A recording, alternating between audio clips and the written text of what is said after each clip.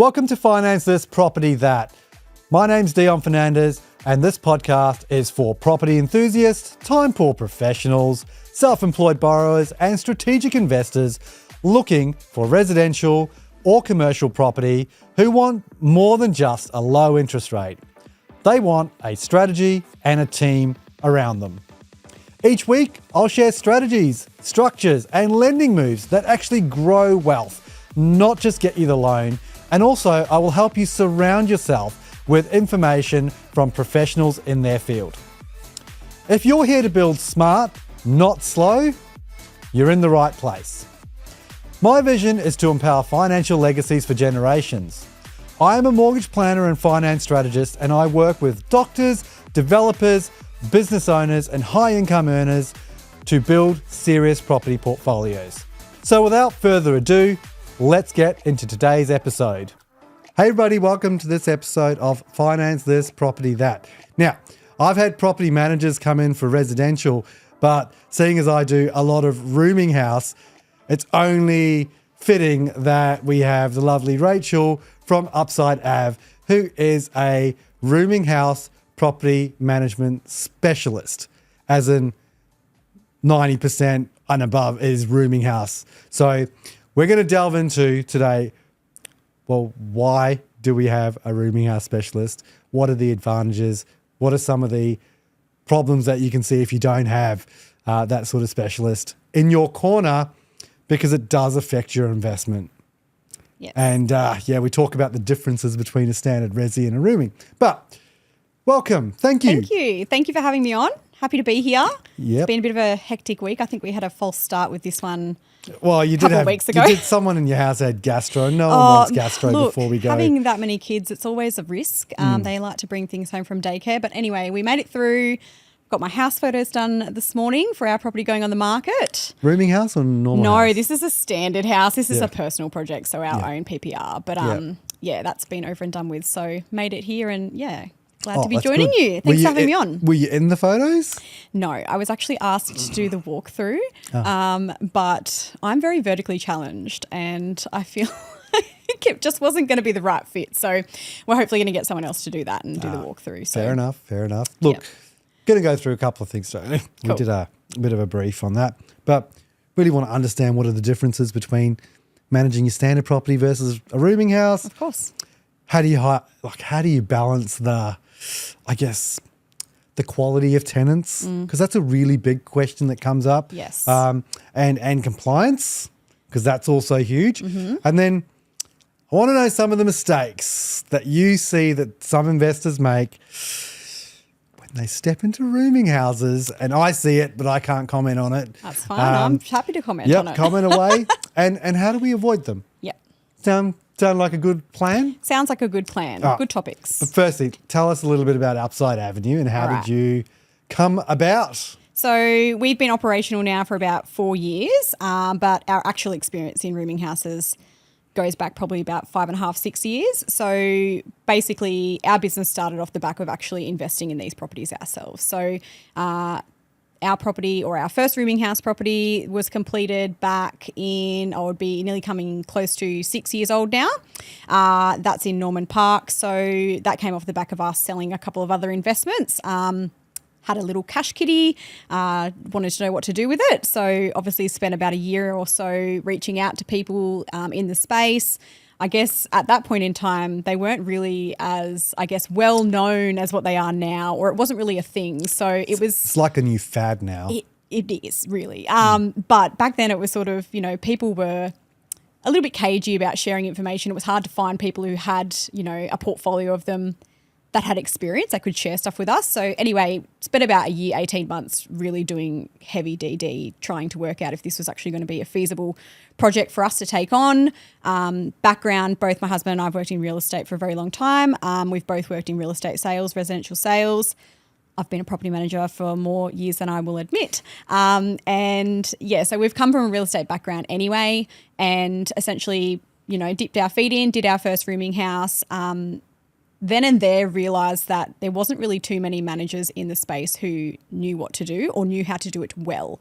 So we obviously did engage someone initially, didn't have a great experience. Obviously, I was already working in property management, so I decided to take them over myself.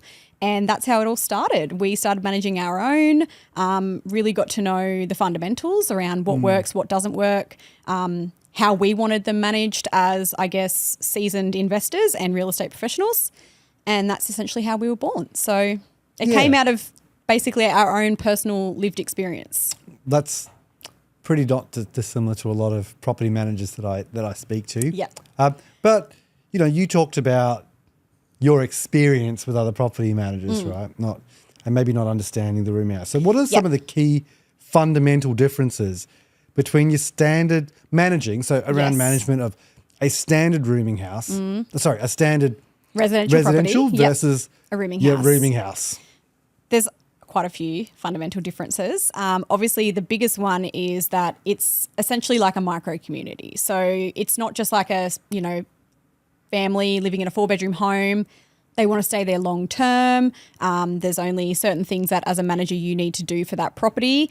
Managing 5 individual tenancies under the one roof, essentially with a bunch of communal and shared spaces, comes with lots of different challenges. So in terms of the differences, there's a lot more involved. There's a lot more that we do in terms of managing just communal areas, harmonious communities, and making sure that the tenants are actually cohesive and that everything that's happening within that property that affects the tenants is being managed to a really high standard. So I think, do you want to delve into this a bit later in terms of like the individual aspects of just certain keep going. things? No, tell us more. Tell us the I think probably big differences. I think that's what people, this is the number one thing that people don't get. Yeah. What we actually do, and stop going to Ray White or bloody Coronis. They don't know these property. Ray White and Coronis. So you're the first.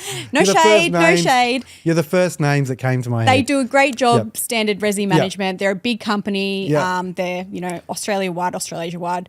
So essentially, we really need to be looking at the property as a whole. So we're not just looking at individual tenancies here, because there's a lot more going on in these properties. So I guess a good example is you think about bins. Bins is something that, as a normal standard property manager, you don't need to be concerned about talking to your tenants about bin collection. With rooming houses, it's actually a really predominant issue that needs very specific management and processes behind it. Sounds silly, but at the end of the day, it's a standard residential property. It's not a unit block where you have, the big skip bin come and collect the larger bins. It is just standard residential red, green and yellow bins that go curbside once a week. There's only, maybe 2 red bins per property, but that's shared between 5 tenants. Who's responsible? Who's taking those bins out?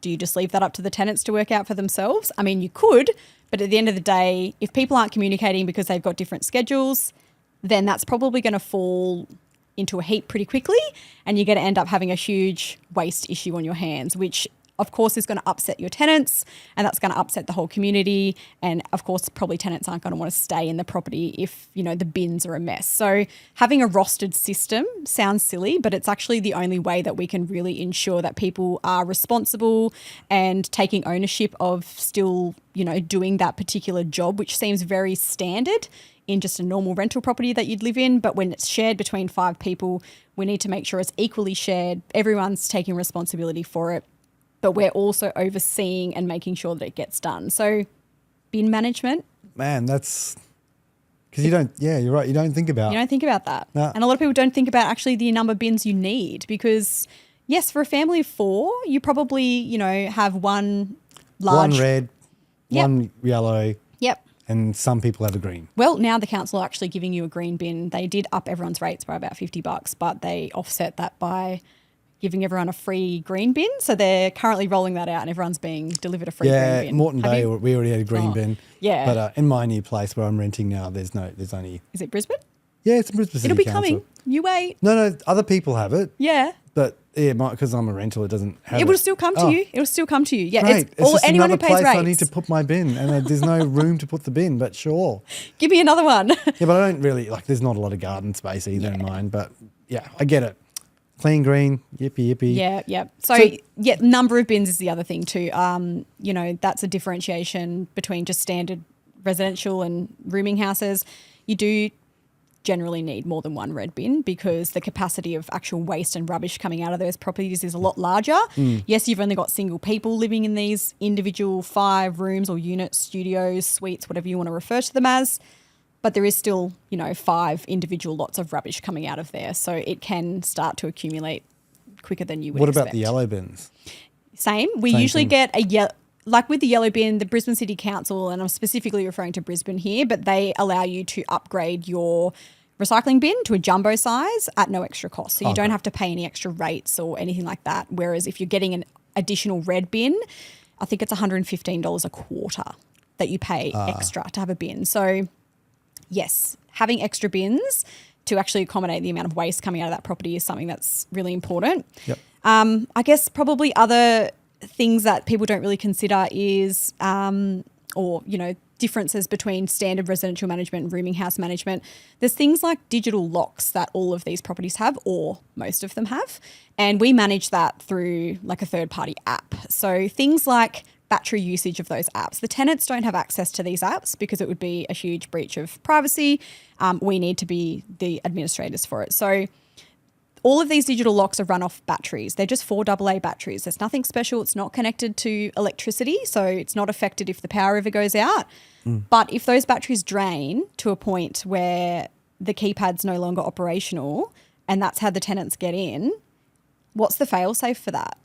Because at the end of the day, and this is from past experience where, probably starting out, we didn't have the right processes in place, but we've built ourselves to be at a space now where we have every possible scenario sort of down pat. We need to be managing the battery usage. So we need to be telling tenants, okay, your batteries are down to 30%. You need to change them within the next 2 weeks or you risk being locked out of your property. Things like keeping a charged power bank in the common area for cases of emergencies. And that's actually preventing tenants from needing to call out locksmiths after hours, because at the end of the day, that charge would probably then go to the owner, because it's not the tenant's fault that they're locked out. If the digital lock fails for some reason or the battery usage is drained and they haven't changed it and they need to get a locksmith out, like what can we do to be able to cater to that situation? So having a charged power bank, because most of these locks have a USB-C connection, so you can temporarily charge it enough to get in, or having things on site to be able to have tenants access extra keys, physical keys to get in. So managing literally access into the property for like trades, tenants in general, emergency situations, that sort of thing is also a huge differentiation compared to just a normal property where they would probably have the access to the app to be able to get in and out, whereas our tenants do not have that. You just got 5 times the amount of things to do. 5 times the amount of things to do. 100%, yes. And I'm assuming, I know there's some rooming houses that have house rules. Yes. And who sets the house rules? We set the house rules. So obviously the RTA, Residential Tenancies Authority, does have a set of guidelines and standard house rules that are applicable to rooming accommodation. So we use those as a basis, but they're extremely basic. So it's things like very loose. And honestly, if we were to use those, we would not be covering ourselves in the slightest. So I guess when we first started, we had 2 pages of house rules. Now they are a little bit more extensive, but they do cover off everything so that tenants fully understand what their obligations are, their responsibilities, and their rights at the property as well. So it really comes down to ensuring it's a comfortable, peaceful, enjoyable place for people to live. It also then covers off things like using the common area sensibly and responsibly, and ensuring that things like the laundry area are open for everyone to use at all times and people are not leaving loads of washing in there for 2 days and preventing other people from using the washing machine. You just literally reminded me. Have you left I left yours a load in? of washing. You're going to have to put it on again this afternoon. Make sure you do it at a 60-degree gross. wash, otherwise it'll stink. Yeah. But awesome. They only have, like most of these rooming houses only have 2 washing machines. That is changing.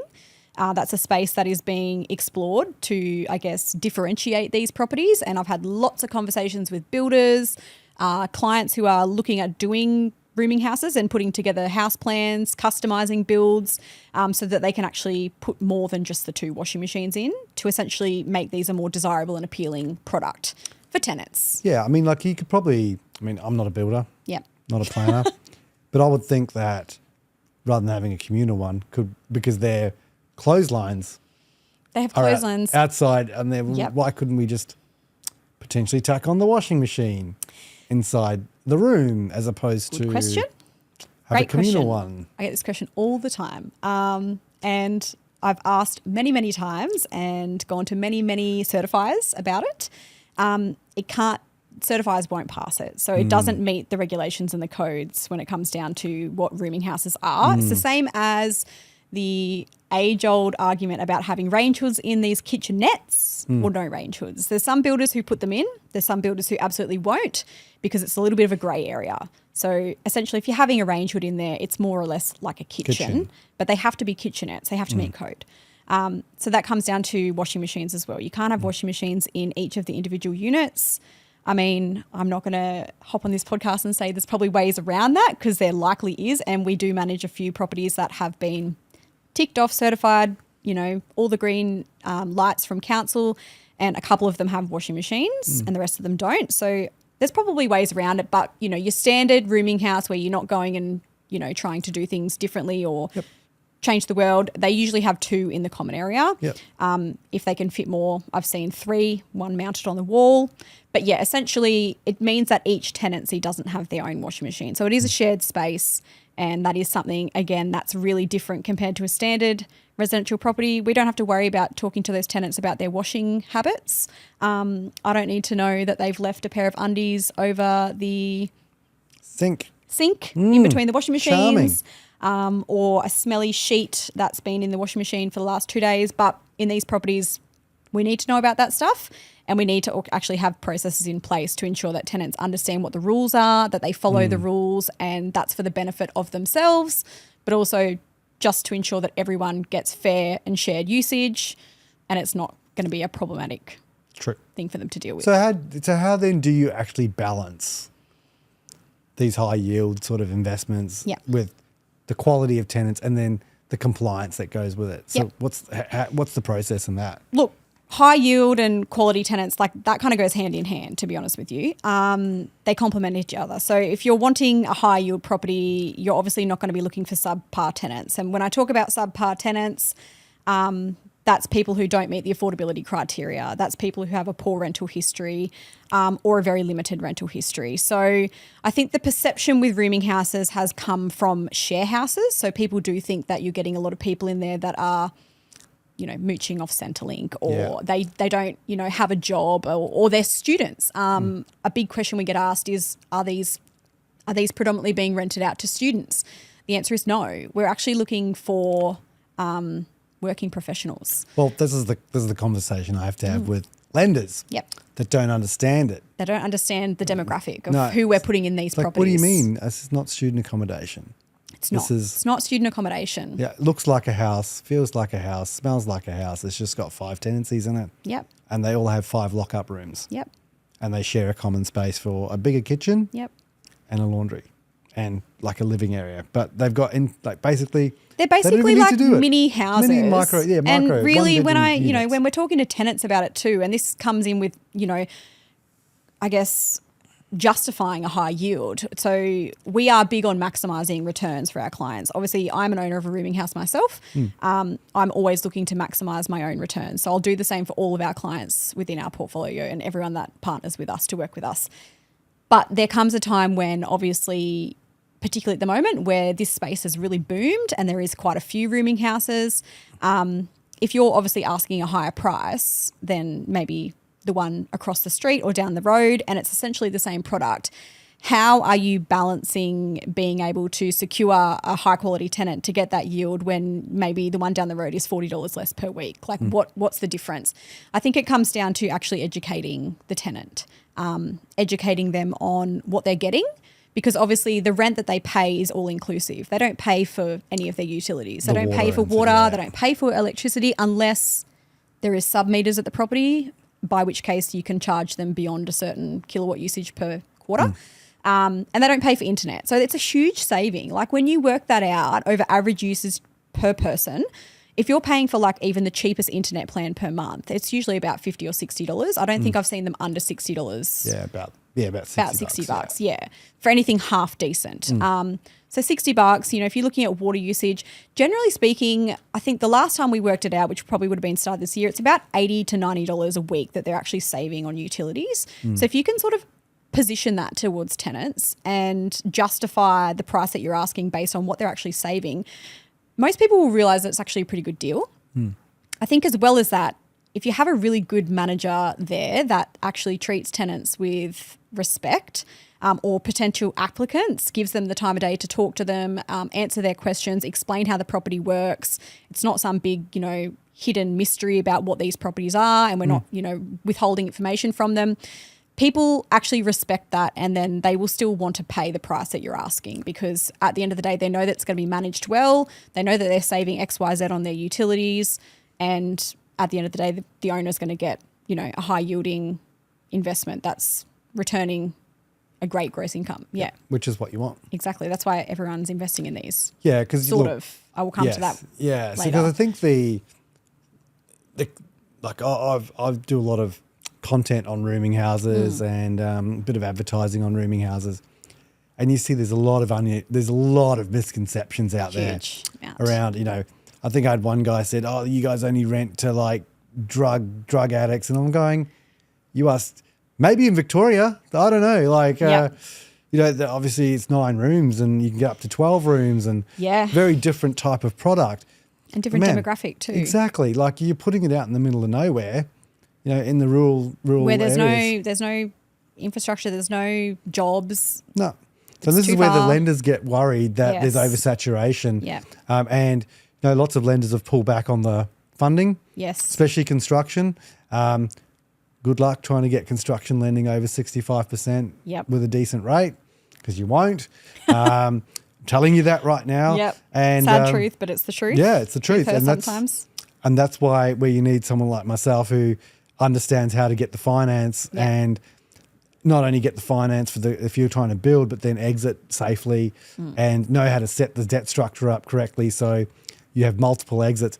That's the actual lack of education that's out there. How do you actually do things? Everyone sees the flashy numbers. And they love that. And that's what attracts it. And again, this probably leads into, I think what we're going to discuss anyway, is like mistakes that these investors make, or potentially investors that haven't, you know, even done anything similar to this before, is they're attracted to the cash flow and they're attracted to the yield. And at the end of the day, I actually think that's a huge error. You need to look at the long-term growth and how compounding capital, how powerful that is actually. So being really strategic about where you actually buy a rooming house, because, and I'm going to use this suburb because it is a hot suburb where there's just, there is oodles of them. Let's say the suburb and let's see if we actually get the same suburb. Okay. All right, ready? 3, 2, 1. Acacia Ridge.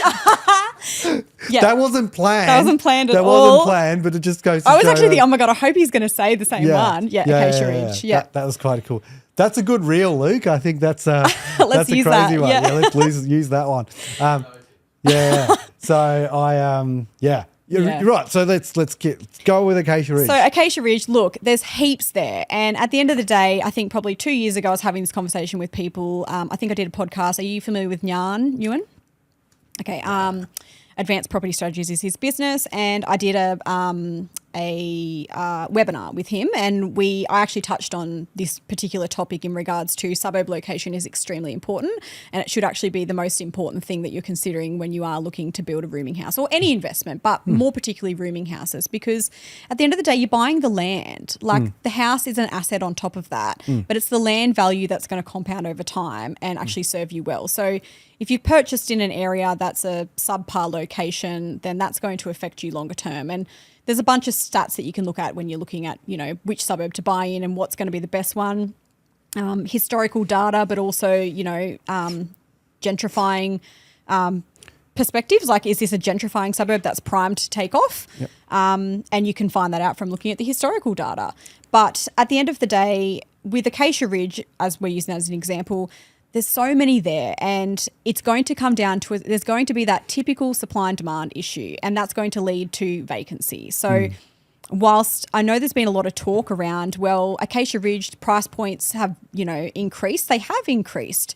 But have we actually looked at what the vacancy rate is there and how long things are taking to lease? So, yes, you might achieve that price. And this comes down to any rooming house property that you're looking to achieve a higher price point on. If there's cheaper stuff available and there's more of it because there is an oversaturation, then if you're trying to push into that higher price bracket and then potentially increase the yield on your overall asset, you might actually be looking at larger vacancies and it might be harder for you to actually achieve that price. So I think that in terms of a mistake, it's not a mistake, but it's also just somewhere where people are going wrong in terms of still wanting to invest in these areas where there is already an oversaturation. And I think sometimes it's that fear of missing out too. They see that they've been looking for one for ages. Oh, I've got to get that one. It's like, hang on. It's like going and buying a normal residential, like a standard residence. You just don't go buy it because, it meets my price point and I like it.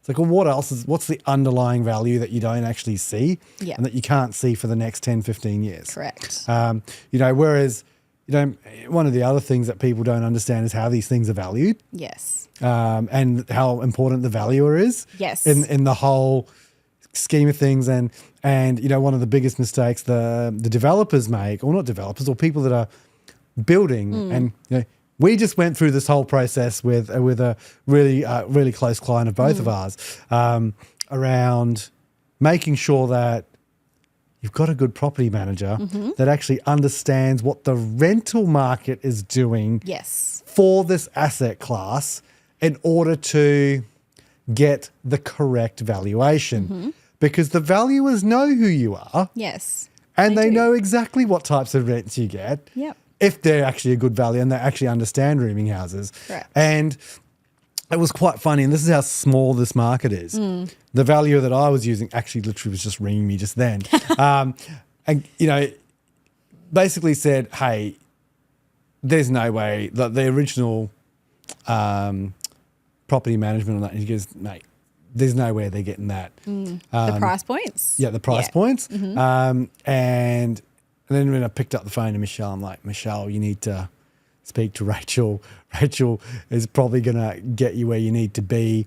She'll tell you what you're going to achieve, but she will also then achieve it because she's not going to overpromise you something. Correct. Just so you can hear a figure that you think, okay, the val's going to really stack up at this. It's like a real estate agent saying, I'm going to sell your property for 1.6 million.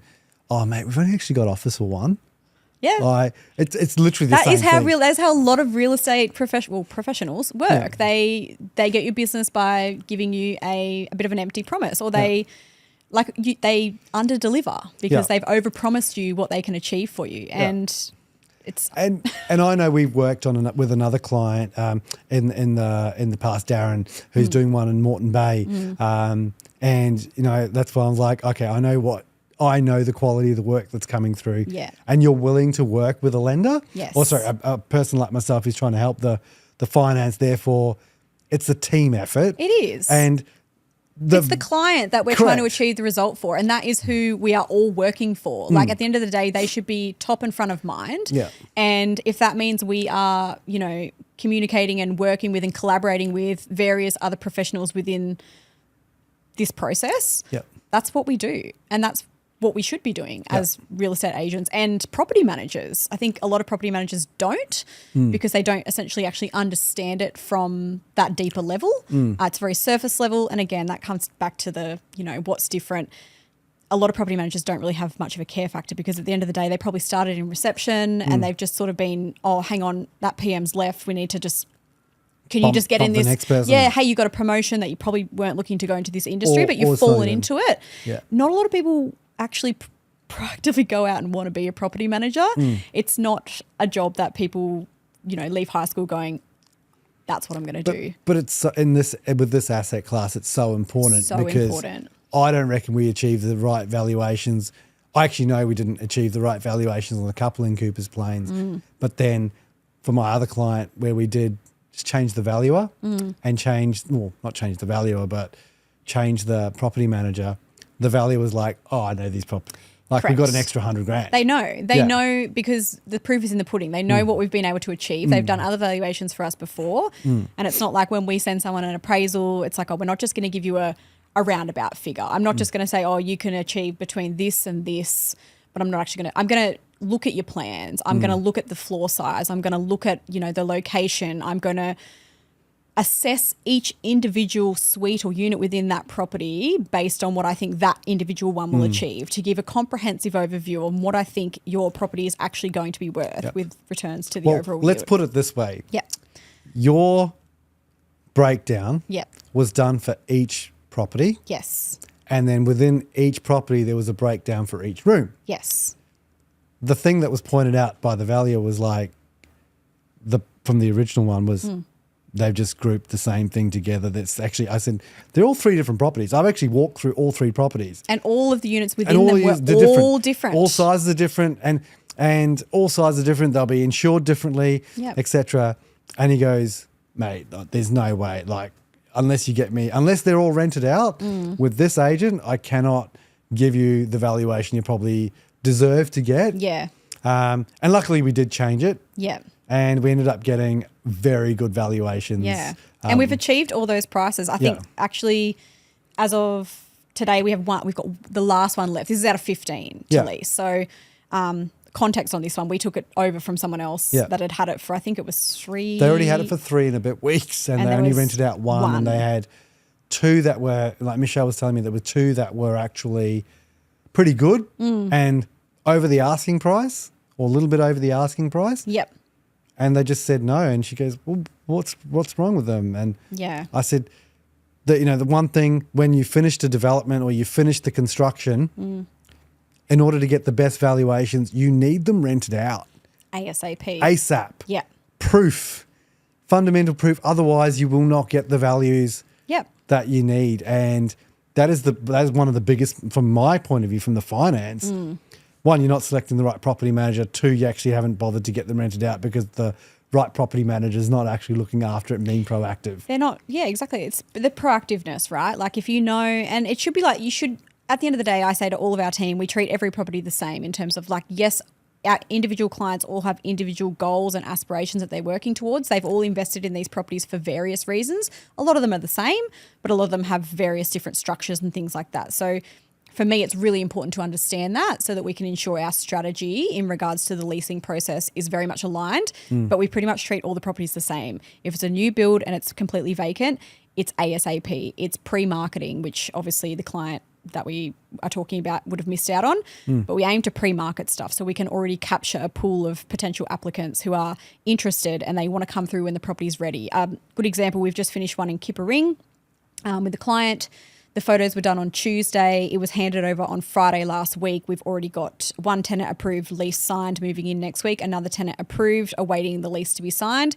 And a third applicant who's come through from yesterday, who's also looking really strong. So that just goes to show that bit of pre-marketing. We've managed to actually, there's only 5 there, right? So if we can fill 3 within the first 2 weeks, that's a huge amount of stress off that owner's shoulders, especially when they're transitioning from the construction finance. They need those leases in place. They need it to be filled, but not at the expense of just trying to get it leased for the dropping your pants for the price that you should get. Yes. Yeah.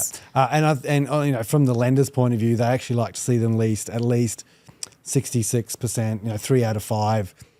If some of them are 4 out of 5 at the minimum, full lease agreements, tenant rental statement, tenancy, a Form 6, everything, all signed, engaged. So that's the level they're going to now to ensure that they're giving money safely. Yes. So that's the not having the right agent's really going to kill you. What other mistakes are you seeing? Because I'm seeing heaps, but what others are you other seeing? mistakes. Look, probably I would say subpar products is a big one. So when I talk about subpar products, I'm talking about sort of penny pinching and cutting corners just to be able to get over the line with the build at the cheapest possible price. So when you think about it, I mean, if you're buying the cheapest possible thing but expecting X, Y, Z from it, that doesn't really align. No. You need to sort of spend the money, and that comes down to suburb location, but also block size. So I think I had a client about 2 weeks ago bring me a block that was just under 300 square meter block. I was like, that is a tiny block of land. Like in terms of overall value for your land and the price, I was like, this is not stacking up. You're going to have to go a high set build. So you're going to end up spending more anyway to go up. Yep. Exactly. But even if you go up, you're still limited with the floor size. So a big one for me is like we live in Australia, right? We've got oodles of space here. Like the thing that tenants love is space. They want space. They will pay more to have a bigger space. And obviously we charge more for rooms that are bigger or suites that are bigger. So when you've got these tiny little blocks of land and they're putting they're squeezing a rooming house there, it's like trying to fit a square into a circle. At the end of the day, we can only command and achieve so much for so much floor area. And I think that's a big mistake that people are making initially. And then obviously that's going to affect your overall future growth. Like how are you going to compare in the market to, say, Joe Blow down the road who's actually done a half decent product? If they're furnishing it, are they furnishing it with just really cheap, nasty stuff that isn't comfortable, that tenants don't feel like they could stay long term and enjoy? Or are they using, half decent stuff that isn't costing them an absolute fortune to go ahead and fill it with? So I think penny pinching is probably one of the biggest things that I see people making mistakes with, not only before, but once they've finished building. So yes, when you've done a new build, you have like a defects period, you've got your structural guarantee, but there's still going to be maintenance. It is the nature of having an investment property. Maintaining the property is really important for the overall property value. And that's one thing where I see a lot of, and this is a conversation I always have early on with clients, is you need to be on board with knowing that there is going to be maintenance at some point or another and not just not doing anything about the maintenance. Don't be one of those landlords who just doesn't fix things when they're broken, because at the end of the day, that will impact overall the value of the property. Like if something comes in and you've got like swollen bench tops or whatever it might be because you've had the wrong tap fitting or it's been spraying out and you haven't bothered to get it fixed, like not penny pinching on maintenance stuff that needs to be done is, I think, a huge downfall. You're making bloody 100,000 plus a year. Make it as comfortable as possible. A lot of people have investment properties that are negatively geared and they still will spend the money on the maintenance because at the end of the day, it's affecting your overall property value. You're maintaining it to be at the same standard. Like I would like my property in 7 years to be just as close as what it was, Correct. Fair wear and tear considered because people have been living there. But I don't want major problems because I've let small things accumulate and I haven't fixed them because I didn't want to spend the money here, there and everywhere. And put yourself in the tenant shoes.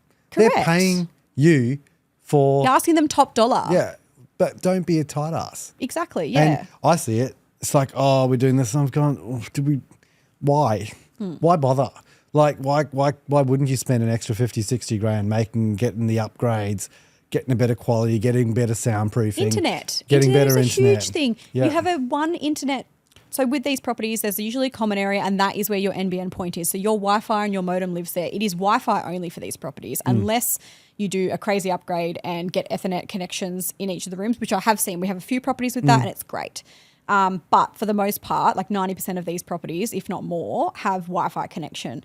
If you're like, this is the property and this is your common area and you've got other properties all the way down here, that Wi-Fi signal's got to travel a very long way. It's also got to go through walls, doors, all sorts of different fixtures. And also the walls are very different in these rooms because they're all soundproofed and fireproof. They've all got different levels of insulation and they're actually they have to meet a certain code in regards to how much noise can travel through them, etc. Yeah. So it's got a long way to go. So those people down the end there, by the time they end up at the furthest point away from the modem, the signal strength's really, really crappy and poor. So if you as the owner are not thinking about that, and this is conversations we have when people are literally at frame stage, are you thinking about asking the builders to put in, extenders? And I mean like power over Ethernet extenders that actually connect to the modem up, cabled up, and then various people will connect to different access points depending on where they are in the building. Great experience. They're going to have really good internet. They're going to be happy. You're not going to have people complaining that, hey, remember at the start of my tenancy when you said that I would be saving XYZ on internet service, but like I can barely stream my favorite YouTube podcast.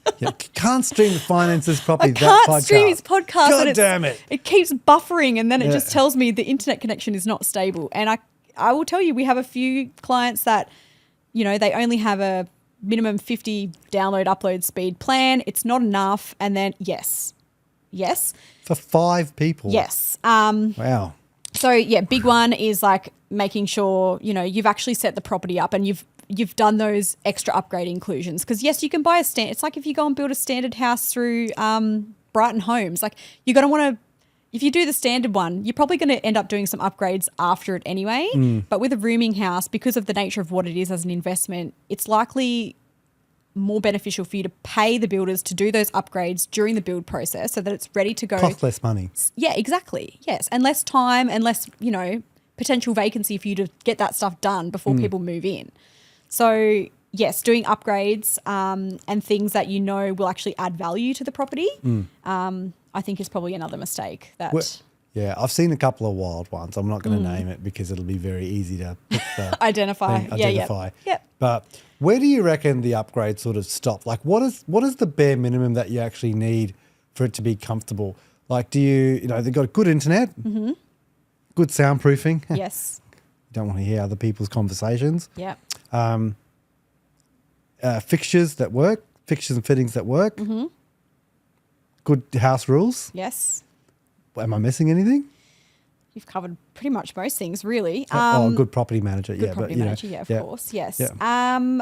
Look, in terms of like upgrades and things like that, these are not really going to add to your like property value. Like a value is not going to go in and be like, oh, great. Extra Ethernet connection. Yeah, amazing. Or you've put, what do you call them? Exhaust fans above your kitchenettes. That's a great inclusion. But when you think about, you know, if tenants are prepared to pay X, Y, Z, and that's actually how your property is valued based on what those tenants are paying with their rent per week, are those inclusions things that they value that they're going to want to actually use? So yes, like great internet connection. Not only that, but, you know, definitely having exhaust fans and things like that, making sure there's like adequate lighting. There's been a bit of a switch between people wanting to do furnished and unfurnished actually at the moment. Really? Yes. Interesting. Very interesting. I know it's big in Victoria. Yes. Well, I mean, look, the done thing has just always been to furnish. I remember when we did our first one, it was not even a question of do we or don't we. It was like you just do it because that's what you do with rooming houses. But yeah, there's been a shift with that now. So people are starting to explore not furnishing for various reasons. A big one is longevity and tenants staying for longer periods because the nature of these properties is transient style. I think that's probably another but it's a misconception that a lot of investors come into the space with is they want to have long-term people staying in there. And they do think that, you know, can we get these people to stay for like 12 months, 2 years?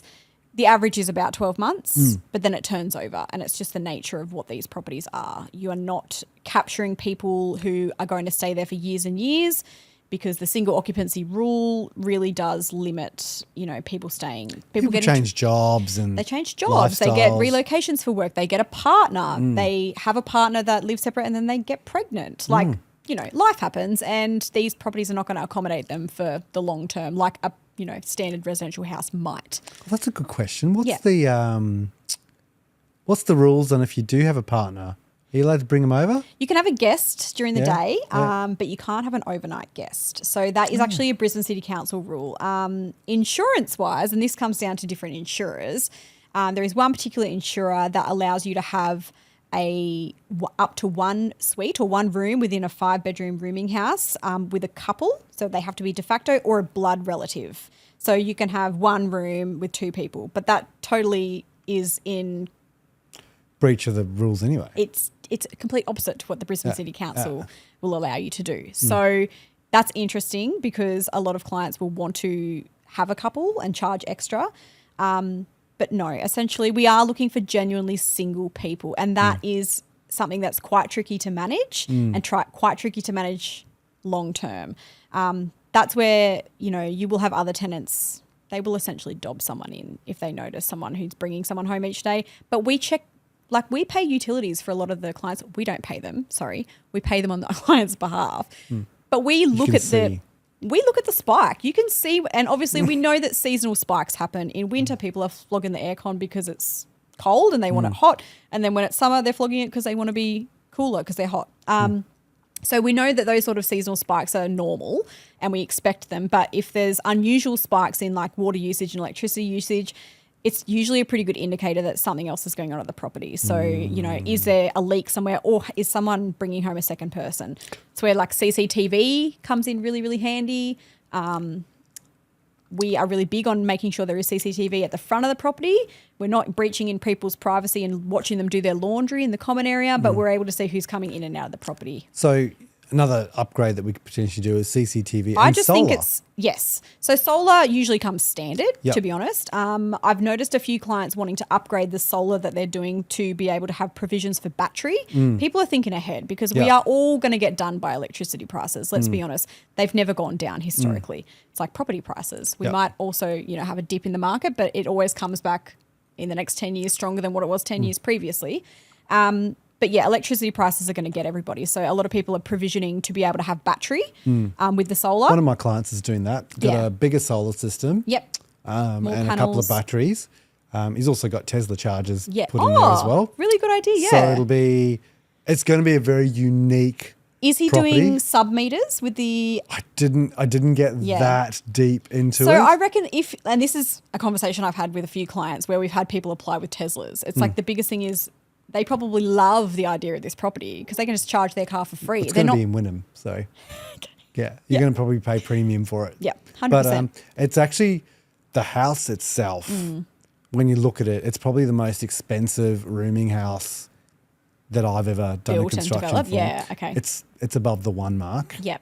It was really hard to value. Yes. Because there was nothing Comparable like to it. that. There's nothing Yeah. comparable. But we ended up getting the enough funding for the build, and hopefully we'll be able to. But this client is thinking long term, right? They're setting their property up, they're future proofing it, really, when you Correct. think about it. And at the end of the day, that's where I think the whole penny pinching thing. There's a point though, right? Sometimes you can over capitalize and go Yep. too far. You got to find that balance where you Yep. are future proofing it. You're not penny pinching. You're still going to be competitive in the market in 5 or 10 years. You've got a product that's going to stand the test of time. Etc. This house isn't going to blow over anytime soon. Good. But he's thought of the extra little bits that, Yeah. when you're saying don't skimp on the upgrade. Look, I just hope there's no overcapitalization on it. But I reckon you definitely get the rents that he wants. Yeah. Because it's the got all area, those little bits of extra. the extra. Yeah. And you can also target, like your target market can be a little different, more diverse. You'll actually probably get a little bit more of those professionals that do have the electric vehicles. I don't think it's just a Tesla charger. I think it's Yeah.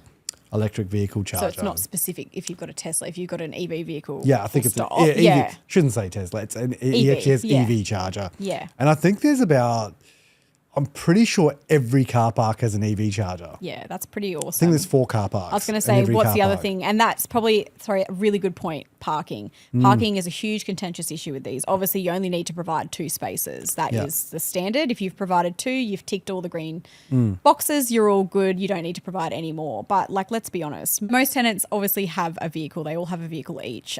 There are going to be some that don't. There are going to be some that use, we've had a few actually with electric bikes and Yep. electric Ooh. scooters and things. Yeah.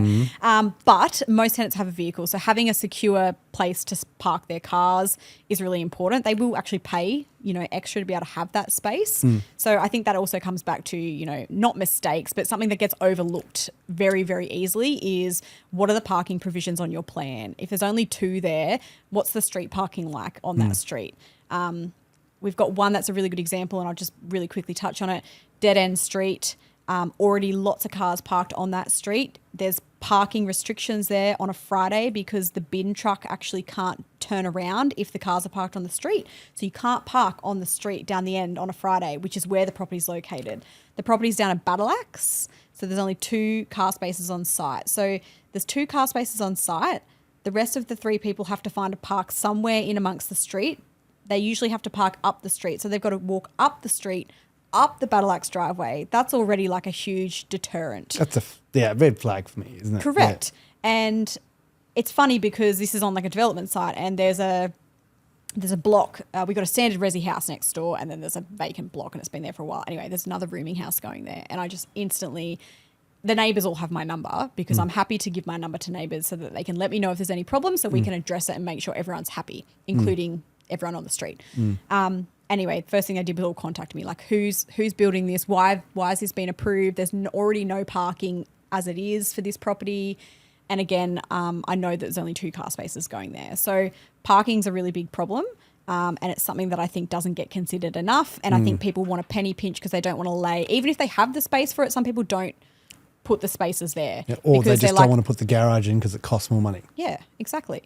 We've got the one that we've just finished in Moreton Bay Council. It's probably one of the best ones I've seen in terms of parking. It's got 2 garage spaces and it's got 3 outdoor spaces. Yep. It had a great frontage. So again, it was a great block for this because it actually provided enough frontage to be able to put the parking in. Well, the one my clients completed on Sandgate Road, 2 garages, 3 car parks, and it's a big driveway.